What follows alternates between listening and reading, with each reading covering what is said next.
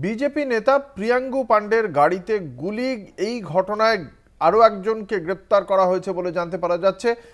গত 28শে অগস্ট উত্তর 24 পরগনার ভাটপাড়ায় বিজেপি নেতা প্রিয়াঙ্গু পাণ্ডেকে লক্ষ্য করে গুলি চালায় দুষ্কৃতীরা। সেই ঘটনায় আগেই কয়েকজনকে গ্রেপ্তার করেছিল পুলিশ। এবার সেই ঘটনায় আরও একজনকে গ্রেপ্তার করা হয়েছে বলে জানতে পারা যাচ্ছে। বিশদে জানবো, আমাদের সঙ্গে রয়েছেন আমাদের প্রতিনিধি শুভজিৎ সিং। শুভজিৎ, কি জানতে পারা যাচ্ছে? দেখো অঙ্কুরদা, গত 28শে আগস্ট বিজেপির ডাকা আরজি করে ঘটনার বন্ধের প্রতিবাদে কিন্তু বন্ধ ডাকা হয়েছিল সারা রাজ্য জুড়ে। সেই মতো ভাটপাড়াতেও সকাল থেকে বন্ধের চিত্র দেখা গিয়েছিল এবং সেই বন্ধ চলাকালীন যখন প্রিয়াঙ্গু পাণ্ডে নিজের বাড়ি থেকে বেরিয়ে বন্ধের সমর্থনে যখন আসছিলেন জগদ্দল মেঘনা মোড়ের দিকে, তখনই কিন্তু তার গাড়ি লক্ষ্য করে একাধিক গুলি চালানো হয়। সেই গুলি চালানোর ঘটনায় প্রথমে ভাটপাড়া থানা পুলিশের পক্ষ থেকে 8 জনকে গ্রেপ্তার করা হয়। পরে ভাটপাড়া থানার থেকে সেটা চলে যাওয়া হচ্ছে এনআইএর তদন্তের দাবি করেন প্রিয়াঙ্গু পাণ্ডে এবং পরবর্তীকালে এনআইএর তরফ থেকে কিন্তু আরো 3 জনকে গ্রেপ্তার করা হয়।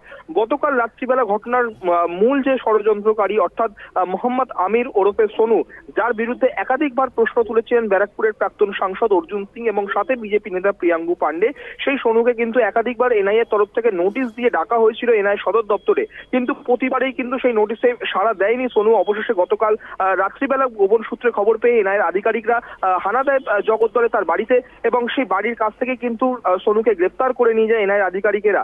ইতিমধ্যেই কিন্তু স্থানীয় তৃণমূল নেতৃত্বের তরফ থেকে একটি উত্তেজনা সৃষ্টি হয়, কারণ এলাকার যারা দুষ্কৃতী রয়েছে তারা কিন্তু প্রত্যেকে তৃণমূল কর্মী বলে দাবি করেছিলেন অর্জুন সিং। আর সেই মতো এই আমিরের একাধিক ছবি জগদ্দলের বিধায়ক সোমনাথ শ্যামের কাছে দেখা গেছে। তা নিয়ে কিন্তু তৃণমূল বিজেপি একটি চাপানোতর সৃষ্টি হয়, যদিও তৃণমূলের তরফ থেকে এখনো এই বিষয়ে কোনো প্রতিক্রিয়া মেলেনি।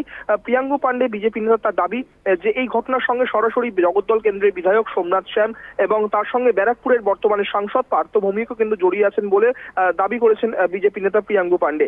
অঙ্কুরদা, ধন্যবাদ। আমাদের সঙ্গে ছিলেন আমাদের প্রতিনিধি শুভজিৎ সিং।